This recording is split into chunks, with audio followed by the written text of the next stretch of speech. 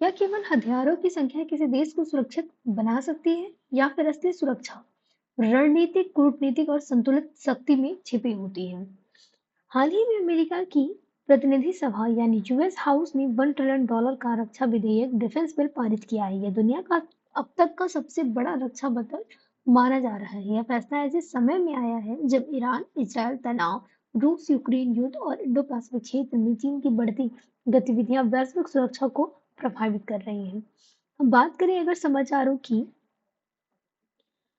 तो सबसे पहले बात करते हैं अमेरिका की प्रतिनिधि सभा ने $1 ट्रिलियन वन यूएस हाउस ने $1 ट्रिलियन का डिफेंस बिल पारित किया है। यह दुनिया का अब तक का सबसे बड़ा रक्षा बजट माना जा रहा है। यह केवल अमेरिका का रक्षा बजट नहीं है, बल्कि विश्व राजनीति, वैश्विक सुरक्षा के लिए एक महत्वपूर्ण संकेत भी है। इसमें विशेष रूप से इजराइल ईरान तनाव के बीच निर्णय, इंडो पैसिफिक क्षेत्र और चीन की बढ़ती सैन्य शक्ति पर विशेष ध्यान दिया गया है। हम बात करें अगर डिफेंस बिल की, तो अब प्रश्न उठ रहा है कि ये डिफेंस बिल क्या है? यह अमेरिका का वार्षिक कानून है, यानी रक्षा खर्च की वार्षिक स्वीकृति देता है, जिसके माध्यम से सेना, नौसेना, वायुसेना, स्पेस फोर्स को धन स्वीकृति दिया जाता है या फिर फंड दिया जाता है। इसी से सैनिकों का वेतन और सैन्य संचालन भी होता है। साथ ही आधुनिक हथियारों की खरीद, तकनीकी और सैन्य आधुनिकीकरण भी इसी के माध्यम से संभव है। यानी तकनीकियों का विकास भी इसी के माध्यम से होता है। अगर हम सरल शब्दों में कहें तो अमेरिका की पूरी रक्षा व्यवस्था की वित्तीय नींव है ये। बात करें अगर बिल के प्रमुख प्रावधानों की, तो इस डिफेंस बिल में कई महत्वपूर्ण प्रावधान शामिल हैं। सबसे पहले $1 ट्रिलियन का रक्षा बजट। इसके अलावा artificial intelligence, cyber space warfare में भारी निवेश किया जाएगा। मिसाइल डिफेंस को मजबूत किया जाएगा। इंडो पैसिफिक क्षेत्र में अमेरिकी सैन्य उपस्थिति बढ़ाई जाएगी। साथ ही आधुनिक हथियारों की खरीद पर भी विशेष ध्यान दिया जाएगा। बात करें अगर ये बिल क्यों आया है, तो पहला कारण ये था कि इजराइल ईरान संघर्ष, दूसरा कारण कि चीन की बढ़ती तेजी से सैन्य शक्ति, तीसरा रूस यूक्रेन युद्ध और इसके अलावा ताइवान की सुरक्षा। इंडो पैसिफिक क्षेत्र में शक्ति संतुलन बनाए रखना भी अमेरिका की प्राथमिकता है।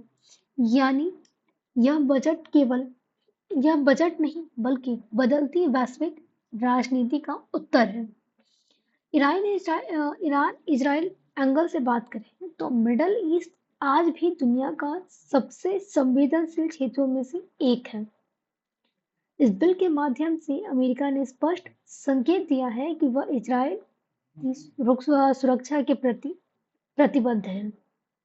यानी मिडल ईस्ट में अमेरिकी सैन्य तैयारी, इजराइल की सुरक्षा समर्थन और साथ ही ईरान की मिसाइल और ड्रोन क्षमताओं को ध्यान में रखते हुए अपनी सैन्य तैयारी भी बढ़ा रहा है। हालांकि इससे क्षेत्रीय तनाव बढ़ने की भी संभावना या आशंका जताई जा रही है।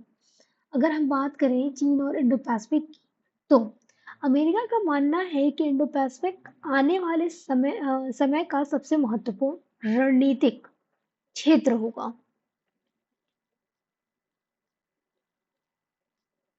इसीलिए साउथ चाइना सी में निगरानी बढ़ाई जाएगी।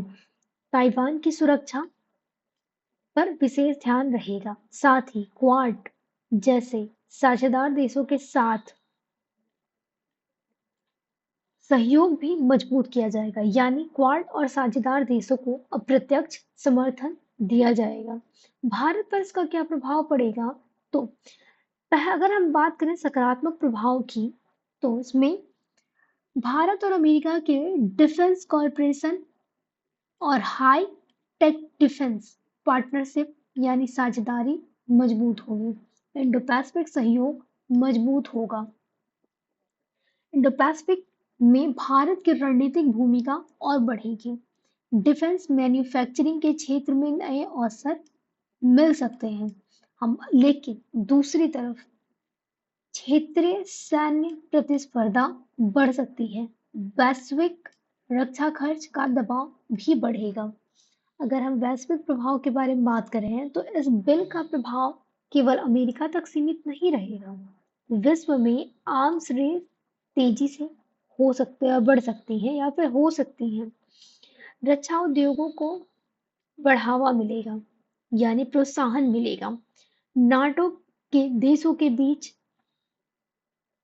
सहयोग मजबूत होगा और साथ ही विश्व शक्ति संतुलन में भी परिवर्तन देखने को मिल सकता है। अगर हम यूपीएससी के पर्सपेक्टिव से देखें तो जीएस पेपर 2, 3 और प्रीलिम्स तीनों के लिए इम्पोर्टेंट है। चुनौतियां क्या आ सकती हैं? इस पूरे मुद्दे की सबसे बड़ी चुनौती है कि रक्षा खर्च और सामाजिक खर्च के बीच संतुलन। आर्म्स रेस पर खतरा बढ़ता है, वैश्विक अस्थिरता आ सकती है, युद्ध की संभावना बढ़ेगी और कूटनीतिक की आवश्यकता होगी।